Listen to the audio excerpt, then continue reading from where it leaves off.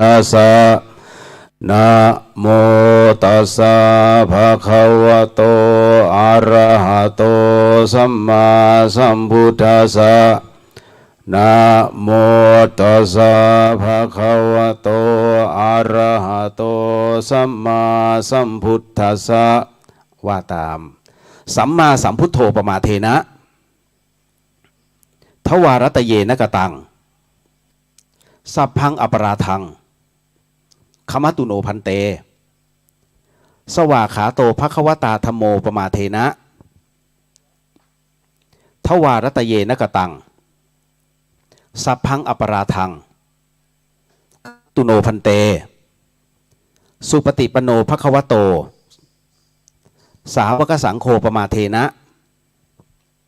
ทวารตเยนะกตังสัพพัง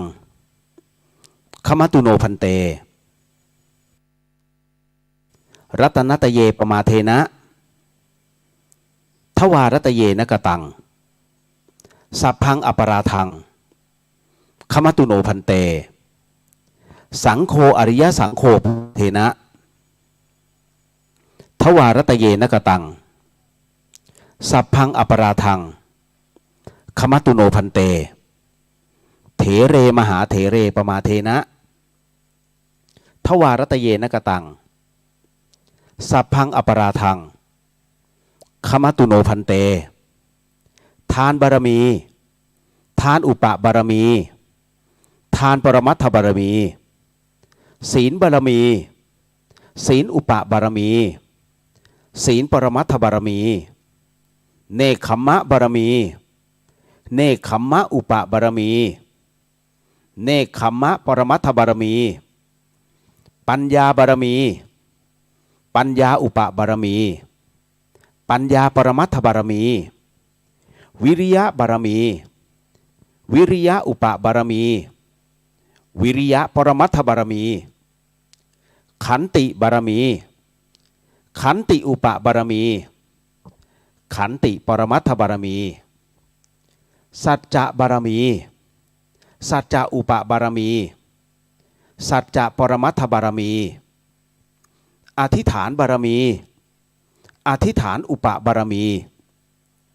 อธิษฐานปรมัตถบารมีเมตตาบารมีเมตตาอุปบารมีเมตตาปรมัตถบารมี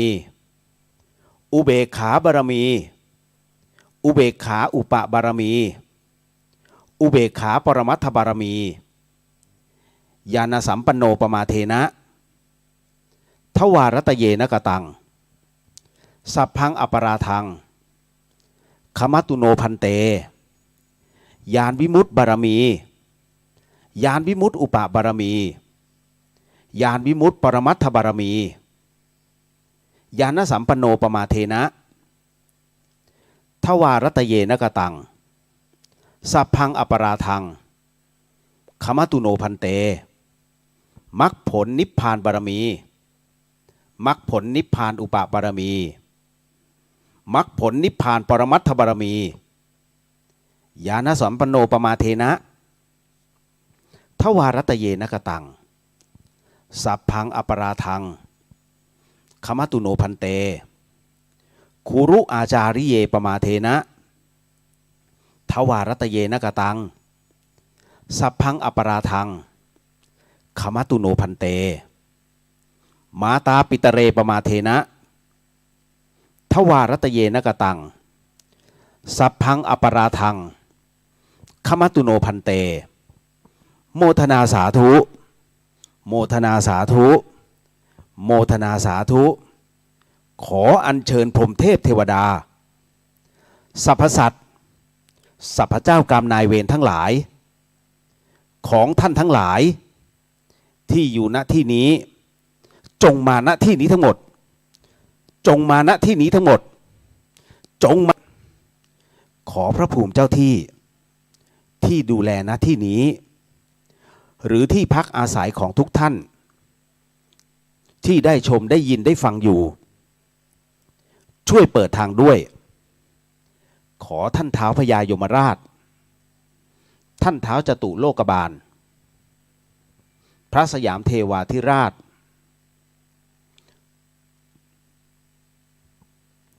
ขอเมตตามาดูแลความเรียบร้อยขออย่าให้ใครมากลั่นแกล้งขัดขวางเมื่อมาถึงแล้วที่เป็นสัตว์ขอให้เป็นคนที่เป็นสัตว์ขอให้เป็นคนที่เป็นสัตว์ขอให้เป็นคนที่เป็นคนแล้วขอให้เป็นคนโดยสมบูรณ์บริบูรณ์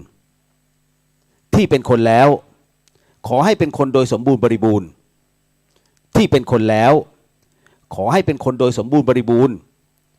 ด้วยแขนขาตาหูจมูกปากลิ้นกายใจอวัยวะอาการ32ครบถ้วนด้วยแขนขาตาหูจมูกปากลิ้นกายใจอวัยวะอาการ32ครบถ้วนด้วยแขนขาตาหูจมูกปากลิ้นกายใจอวัยวะอาการ32ครบถ้วนขอให้หายจากทุกขเวทนาขอให้หายจากทุกขเวทนาขอให้หายจากทุกขเวทนาข้าพเจ้าขอแผ่ความดีให้ข้าพเจ้าขอแผ่ความดีให้ข้าพเจ้าขอแผ่ความดีให้ขอให้พูดได้ขอให้พูดได้ขอให้พูดได้ขอให้พูดภาษาไทยขอให้พูดภาษาไทยขอให้พูดภาษาไทยขอให้ฟังภาษาไทยรู้เรื่องขอให้ฟังภาษาไทยรู้เรื่องขอให้ฟังภาษาไทยรู้เรื่องขอให้สมทานศีล5ได้ขอให้สมทานศีล5ได้ขอให้สมทานศีล5ได้บัดนี้ท่านทั้งหลายไม่ได้ทำกรรมชั่วอยู่จึงสมทานศีล5ได้บัดนี้ท่านทั้งหลายไม่ได้ทำกรรมชั่วอยู่จึงสมทานศีล5ได้บัดนี้ท่านทั้งหลายไม่ได้ทำกรรมชั่วอยู่จึงสมทานศีล5ได้ขอให้ท่านทั้งหลายได้สมทานศีล5ว่าตามอาตมาเนาะพุทโธธัมโมสังโฆศีลข้อ1ไม่ฆ่าสัตว์ศีลข้อ2ไม่ลักทรัพย์ศีลข้อ3ไม่ประพฤติผิดในกามศีลข้อ4ไม่พูดเท็จศีลข้อ5ไม่ดื่มสุราและของมึนเมา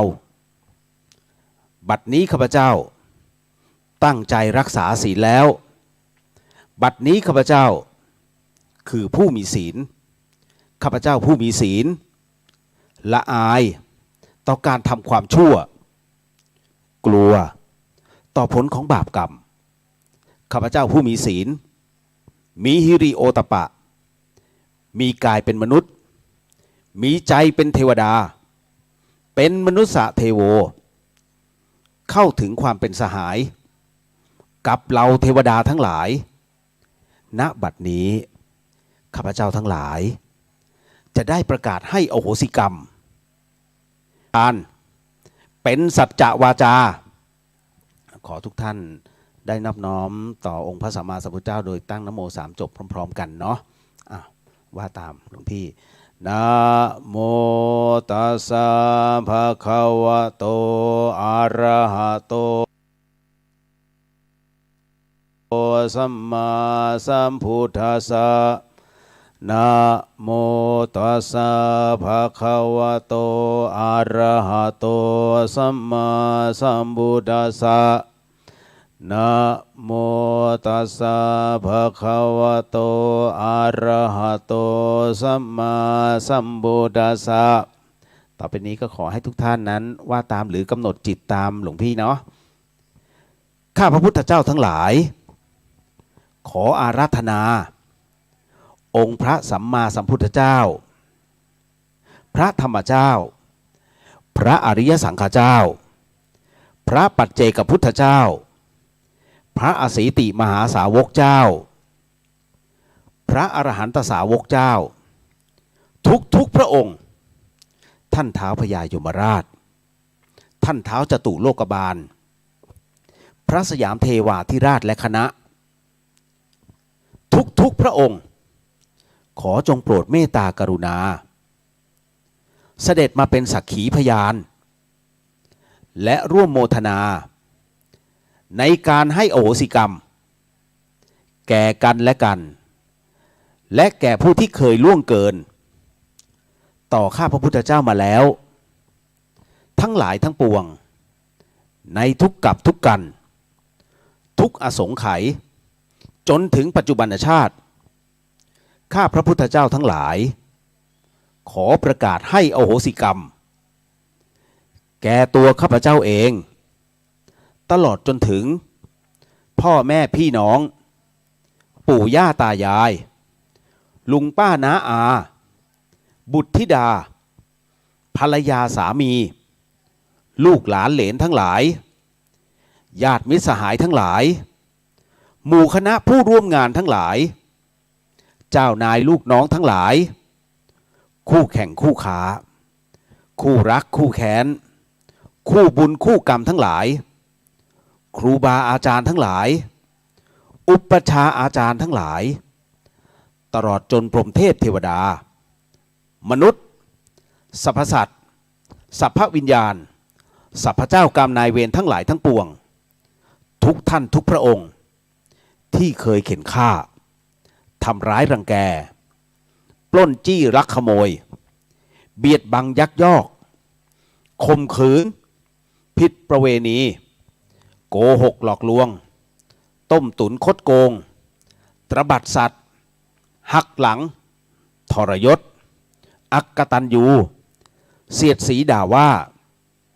บังคับฝืนใจให้กินเหล้าเมายาทั้งแก่ตัวข้าพเจ้าเองหรือแม้ในบุคคลและสิ่งที่ข้าพเจ้ารักหวงแหนไม่ว่าชาตินี้ภพนี้หรือในภพชาติใดๆก็ตามในทุกกับทุกกันทุกอสงไขยเจตนาหรือไม่เจตนาต่อหน้ารับหลังรู้ไม่รู้อันเป็นเหตุหลายทุกกายทุกใจก็ดีขอข้าพเจ้าขออโหสิกรรมและให้อโหสิกรรมแก่ท่านทั้งหลายทั้งปวงจนหมดสิ้นตั้งแต่บัดนี้ตราบเท่าเข้าสู่พระนิพพานการอาฆาตพยาบาทสาปแช่งจองในชาตินี้ภพนี้หรือในภพชาติใดๆก็ตามข้าพเจ้าขอให้อโหสิกรรมยกเลิกให้เป็นโมฆะทั้งสิ้นเพื่อให้หมดเวรสิ้นกรรมต่อกันและกันนับแต่บัดนี้ตราบจนถึงพระนิพพาน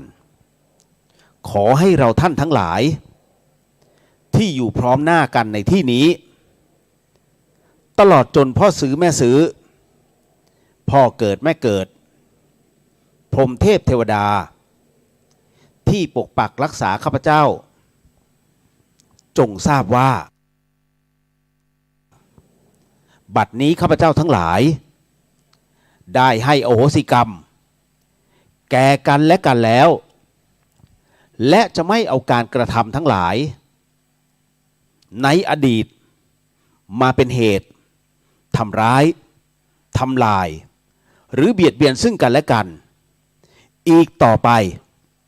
ข้าพระพุทธเจ้าทั้งหลายขอโมทนาความดีกับสมเด็จพระสัมมาสัมพุทธเจ้าพระธรรมเจ้าพระอริยสังฆเจ้าพระปัจเจกพุทธเจ้าพระอสีติกมหาสาวกเจ้าพระอรหันตสาวกเจ้าทุกพระองค์ท่านท้าวพญายมราชท่านท้าวจตุโลกบาลพระสยามเทวาธิราชและคณะทุกพระองค์ที่โปรดเมตตากรุณาเสด็จมาเป็นสักขีพยานในการให้อโหสิกรรมของข้าพระพุทธเจ้าทั้งหลายโมทนาสาธุโมทนาสาธุโมทนาสาธุด้วยอานิสงส์แห่งการให้อโหสิกรรมนี้ขอให้เจ้ากรรมนายเวรทั้งหลายทั้งปวงของข้าพเจ้า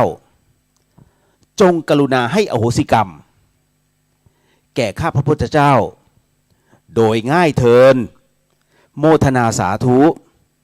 โมทนาสาธุโมทนาสาธุขอให้กรรมทั้งหลายทั้งปวงจงเป็นอโหสิ ขอให้กรรมทั้งหลายทั้งปวงจงเป็นอโหสิขอให้กรรมทั้งหลายทั้งปวงจงเป็นอโหสิขอให้วิบากกรรมชั่วทั้งหลายทั้งปวงและโรคภัยทั้งหลายทั้งปวงจงยุติการส่งผลขอให้วิบากกรรมชั่วและโรคภัยทั้งหลายทั้งปวงจงยุติการส่งผลขอให้วิบากกรรมชั่วและโรคภัยทั้งหลายทั้งปวงจงยุติการส่งผลขอให้วิบากกรรมดีทั้งหลายทั้งปวงจงส่งผลสำเร็จขอให้วิบากกรรมดีทั้งหลายทั้งปวงจงส่งผลสำเร็จขอให้วิบากกรรมดีทั้งหลายทั้งปวงจงส่งผลสำเร็จโมทนาสาธุโมทนาสาธุโมทนาสาธุขอให้ข้าพเจ้าพร้อมด้วยพรหมเทพเทวดาสรรพสัตว์สรรพวิญญาณสรรพเจ้ากรรมนายเวรทั้งหลายทั้งปวงจงสำเร็จมรรคผลนิพพานในชาติปัจจุบันโดยเร็วพลันเทินให้อโหสิให้อโหสิให้อโหสิขออโหสิขออโหสิขออโหสิให้อโหสิให้อโหสิให้อโหสิขออโหสิขออโหสิขออโหสิให้อโหสิให้อโหสิให้อโหสิสาธุสาธุสาธุอนุโมทามิอ้าวหันไปเนาะที่อยู่ทางบ้านก็หันไปข้างๆนะให้อโหสิซึ่งกันและกันขออโหสิให้อโหสิหลวงพี่ก็ขออโหสิและให้อโหสิคุณโยมขออโหสิแล้วก็ให้อโหสิขอครูบาอาจารย์ทุกรูปนะครับเพราะว่าทำให้ท่านเสียเวลาด้วยต้องขออโหสิจริงๆนะฮะก็เป็นอันเสร็จสิ้นเนาะทั้งหมดทั้งมวลก็เดี๋ยวเราจะเป็นในส่วนของขออภัยหลวงพี่ขออัญเชิญเทวดากลับก่อนเนาะแล้วเดี๋ยวเราไปเวียนเทียนด้วยกันโดยครูบาอาจารย์นะฮะเป็นผู้นำเนาะหลวงพี่น้องเล็ก ขอสุดท้ายสาธุนะครับขออนุญาตเนาะนะโมตัสสะภะคะวะโตอะระหะโตสัมมาสัมพุทธัสสะนะโมตัสสะภะคะวะโตอะระหะโตสัมมาสัมพุทธัสสะนะโมตัสสะภะคะวะโตอะระหะโตสัมมาสัมพุทธัสสะทุกขปัตตาจเนทุกขพยาปัตตาจเนภายาโสกปัตตาจนิโสกาโหตุสัพเพปิปานิโนเอตาวตาจะอัมเหหิสัมปะทังบุญญสัมปะทังสัพเพเทวานุโมทันตุสัพพสัมปัตติสิทธิอาทานังทันตุสัทธยาสีรังรักขันตุสัพพตาภาวนาพิรตาโหตุขาฉันตุเทวตาคตาสัพเพพุทธาภลปัตตาปัจเจกานันจะยังพลังอรหันตานันจะเตเชนาระขันพันดาเมสะปะโสสาธุสาธุเดี๋ยวเราไปเวียนเทียนกันเนาะที่รอบอุโบสถแล้วหลังจากนั้นขออนุญาตหลวงพี่โอปอนะฮะก็ให้ท่านแจกของที่ระลึกนะณตรงนี้เลยก็เดี๋ยวถ้าคุณโยมไม่สะดวกเดี๋ยวจะมีคุณโยมที่ไม่ค่อยสะดวกเนาะก็ให้เดี๋ยวให้เวียนเสร็จก่อนเนาะแล้วเดี๋ยวหลวงพี่บอกว่าถ้าคุณโยมท่านใดไม่ขึ้นมาคือขึ้นไม่ไหวเดี๋ยวท่านจะลงไปนะเป็นช่วงพระตามหาขอเชิญครับนิมนต์ครับพระอาจารย์ครับครับนี่ครับนำเลยนะครับท่าน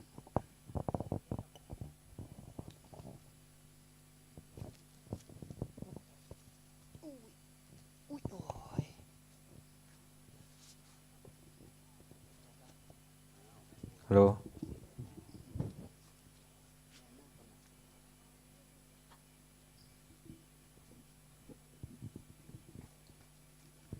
ดี๋ยวเราจะเดินเวียนเทียนในข้างในโบสถ์เนาะไม่ใช่รอบโบสถ์แต่ว่าฝั่งข้างในเพราะว่าข้างนอกมันจะกว้างเกินไปแต่ขอให้ญาติโยมถอดรองเท้าด้วยเนาะเพราะว่าในอุโบสถนี่ถือว่าเป็นเขตพุทธาวาสเราต้องให้ความเคารพโดยการถอดรองเท้าเนาะอาจารย์มาพอดีครับเอารองเท้ามาถอดใกล้ๆอุโบสถก็ได้โยมแต่หรือว่าถอดวางที่ตรงนั้นก็ได้เพราะถ้าเอามาใกล้เดี๋ยวอาจจะเดินเหยียบแล้วโดนปัดกระเด็น แล้วก็จะมาเป็นทำให้เราซ้อหาเกิบยากขึ้น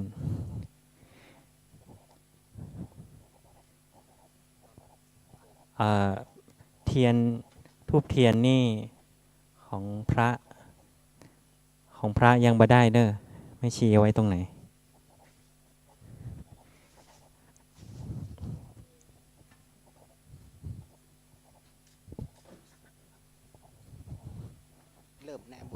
มาเดินตามมาแล้วเดี๋ยวจะไปเริ่มตรงที่หน้าโบสถ์เนาะหรือเดินย้อนมาที่เดินตามหลังมาดีกว่าเนาะสำหรับญาติโยมที่เดินลำบากก็ตั้งจิตภาวนาเนาะเดินรอบแรกก็จะคุณพระพุทธเนาะรอบที่สองก็คุณพระธรรมรอบที่สามก็คุณพระสงฆ์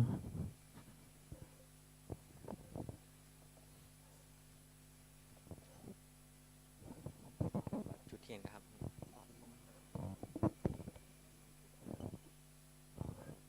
รอโยมบอกคุณโยมเดินมาที่หน้าโบสถ์ได้เลยเนาะตอนนี้พระสงฆ์ตอนนี้พระสงฆ์เดินมาด้านหลังช้างนี่ก็ได้เนาะเดินมาทางด้านหลังช้างนี่ตอนนี้พระสงฆ์รออยู่ตรงหน้าโบสถ์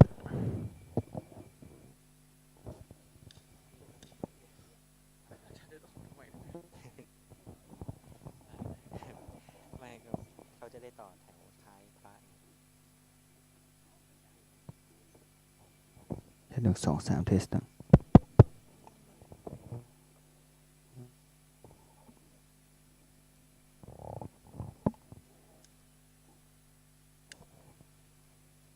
จุดเทียนก่อนจุดเทียนก่อนให้พระอาจารย์วิศวะก่อน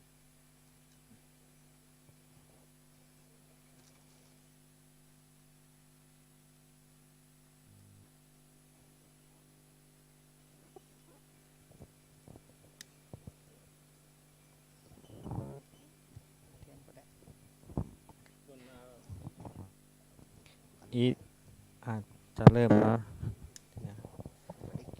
อิติปิโสภะคะวาอะระหะมาสัมพุทธวิชชาจารณสัมปันโนสุขโตโลกวิทูอนุตตโรปุริสธรรมสารทิสัทธาเทวมนุษย์สานังพุทโธภคะวาติสวากขาโตภคะวตาธัมโมสันทิติโกอาลิโกเอหิปัสสิโกโอปานายิโกปัจจัตตังเวทิตาโพวินโยหิติสุปฏิปันโนภะคะวะโตสาวกสังโฆอุชุปฏิปันโนภะคะวะโตสาวกสังโฆยายาปฏิปันโนภะคะวะโตสาวกสังโฆสามีจิปฏิปันโนภะคะวะโตสาวกสังโฆยะทิทางจัตตาริปุริสอายุ คา นิอัตถาปุริสาบุคาลาเอสัพพะคะวะโต สากัสสะโฆ โออาหุนายโยปาหุนายกิ อโยอัญชาการะโยอนุตปุญญเขตังโลกัสสะติอิติปิโสภะคะวะอะหังสัมมาสัมพุทโธอาจารณะสัมปันธ์สุขโตโลกาวิทูอนุตตโรริสธรรมสารทิสัทธาเทวมนุษย์สานังพุทโธภะคะวะติสวาขาโตภะคะวะตาธัมโมสันทิฏฐิโกอากาลิโกเอหิปัสสิโกโอปัญญิโกปัจจตังเวทิตาโพวินยูหิติสุปฏิปันโนภะคะวะโตสาวกสังโฆอุชุปฏิปันโนภะคะวะโตสาวกสังโฆยายาปฏิปันโนภะคะวะโตสาวกสังโฆสามีจิปฏิปันโนภะคะวะโตสาวกสังโฆยะติทางจัตตาริปุริสายุคานิอัตถาปุริสาปุคาเอสาภะคะวะโตสาวกสังโฆอาหุนิโยปาหุนทักขิ นายโยอันทาริกะระ รานิโย อนุตตารังบุญญาเขตอังโลกัสสะติอิ อิติปิโสภะคะวะอะหังสัมมาสัมพุทโธวิชชาจารณะสัมปันโนสุขโตโลกวิทูอนุตตโรปุริสธรรมมาสารทิสัทธาเทวมนุษย์สานังพุทโธภะคะวะติสวากขาโตภะคะวะตาธัมโมสันทิฏฐิโกอากาลิโกเอหิปัสสิโกโอปัญญิโกปัจจัตตังเวทิตาโพวินยูหิติสุปฏิปันโนภะคะวะโตสาวกสังโฆอุชุปฏิปันโนภะคะวะโตสาวกสังโฆยายาปฏิปันโนภะคะวะโตสาวกสังโฆสามีจิปฏิปันโนภะคะวะโตสาวกสังโฆยะทิทางจัตตาริปุริสายุคานิอัตถาปุริสาปุคาลาเอสะภะคะวะโตสาวกสังโฆอาหุนายโยปาหุนายโยทักขินายโยอัญชลิการนิโยอนุตตรังบุญเขตังโลกัสสะ อิ ติ ติปิโสภะ อะระหังสัมมาสัมพุทโธวิชาจารณะสัมปันโนสุขโตโรกวิทูอนุต ตาโรปุริสาธรรมสารทิ ทิสัทธาเทวมนุษย์สานังพุทโธภะคะวะติสวากขาโตภะคะวะตาธัมโมสันทิฏฐิโกอากาลิโกเอหิปัสสิโกโอปัญญิโกปัจจัตตังเวทิตาโพวินโยหิติสุปฏิปันโนภะคะวะโตสาวกสังโฆ ยา อุชุปฏิปันโนภะคะวะโตสาวกสังโฆ ยาย ะปฏิปันโนภะคะวะโตสาวกสังโฆ สามี จิปฏิปันโนภะคะวะโตสาวกสังโฆ ยะทิ ทิ ทั ทั ง ง จั จั ต ต ตา ตา ริ ริ ปุ ปุ ริ ริ ส สา ยุ ยุ คา คานิอั อั ต ฏฐปุริสปุคาลาเอสัพพะกะโตสาวกสังโฆอาหูนายโยปาหูนายโยทักขินายโยอัญชริการณิโยอนุตตรังปุญญเขตังโลกัสสา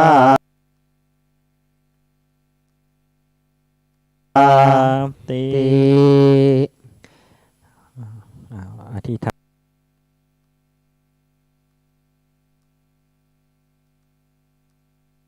านตามที่ปรารถนาเนาะอธิษฐา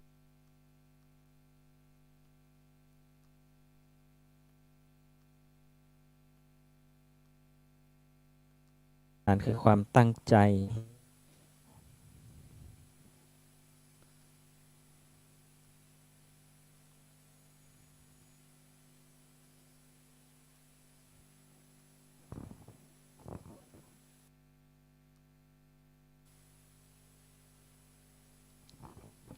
ก็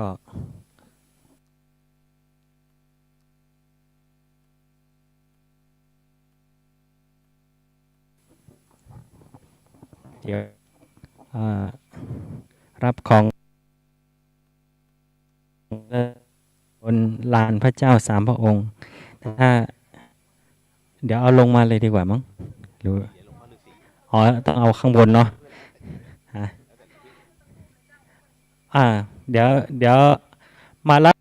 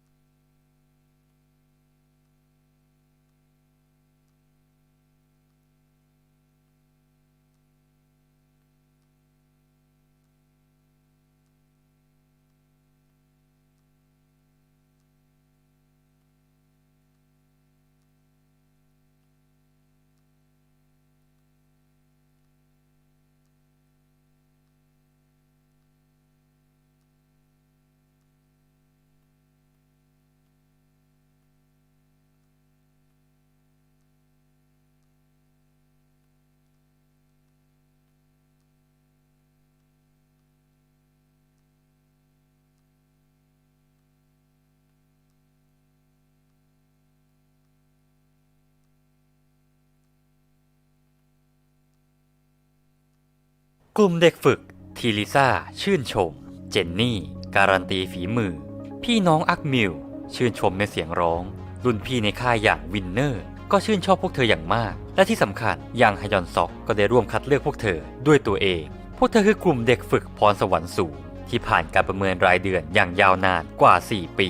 หลังจากที่ผ่านการคัดเลือกด้วยอัตราส่วนพวกเธอคือเกิร์ลกรุ๊ปที่สแตนตึกดำต่างรอคอยรอแล้วรอเล่าจนในที่สุดพวกเธอก็ได้เดบิวต์ในฐานะวงเกิร์ลกรุ๊ปรุ่น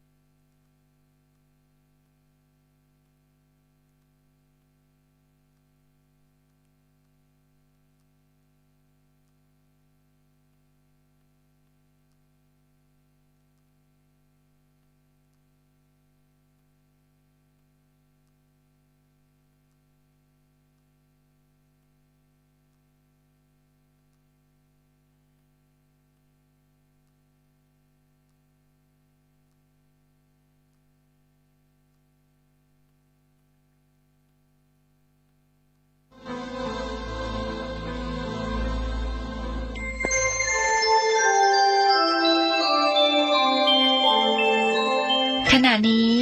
ท่านกำลังฟังสถานีวิทยุกระจายเสียง FM 104.5 เมกะเฮิรตซ์ มูลนิธิครูบาศรีวิชัยจังหวัดเชียงใหม่ขอเชิญชวนชายไทยผู้มีจิตเลื่อมใสในพระพุทธศาสนาและมีความศรัทธาในปฏิปทาและบารมีธรรมของครูบาเจ้าศรีวิชัยจำนวน9 คนที่มีคุณสมบัติคือมีอายุ20 ปีบริบูรณ์ขึ้นไปและบ่เกิน45 ปีบ่เคยอุปสมบทเป็นพระภิกษุมาก่อนบ่มีประวัติด้านอาชญากรรมบ่มีรอยสักบนร่างกายสามารถเข้าฝึกท่องจำคำขออุปสมบทได้ตามนัดหมายเพื่อเข้าอุปสมบทเนื่องในวันคล้ายวันถือกำเนิดของครูบาเจ้าศรีวิชัยตั้งแต่วันอาทิตย์ที่11ถึงวันจันทร์ที่19มิถุนายนพุทธศักราช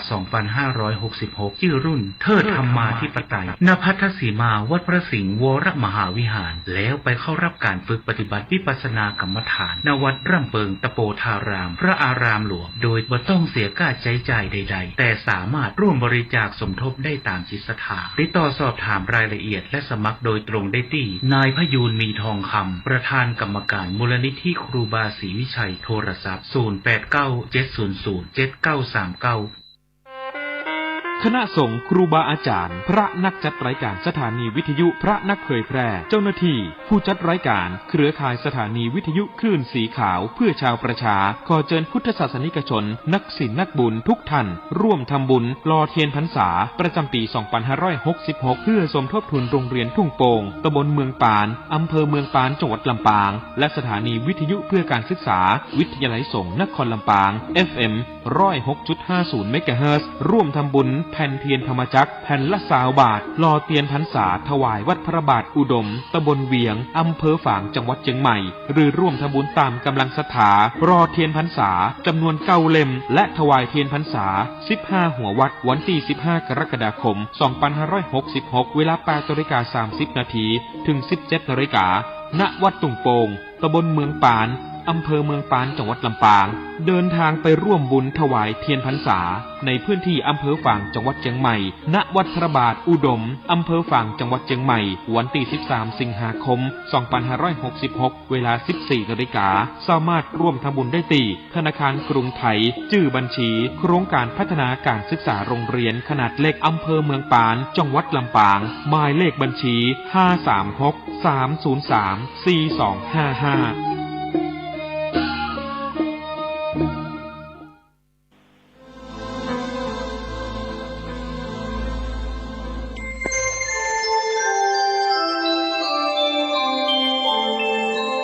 ขณะนี้ท่านกำลังฟังสถานีวิทยุกระจายเสียง FM 104.5 เมกะเฮิรตซ์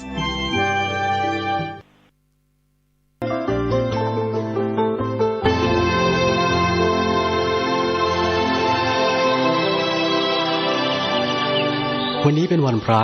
ขอเรียนเชิญพุทธศาสนิกชนทุกท่านมากลั่นจิตให้ใสกลั่นใจให้เป็นบุญด้วยการให้ทานรักษาศีลและเจริญจิตภาวนา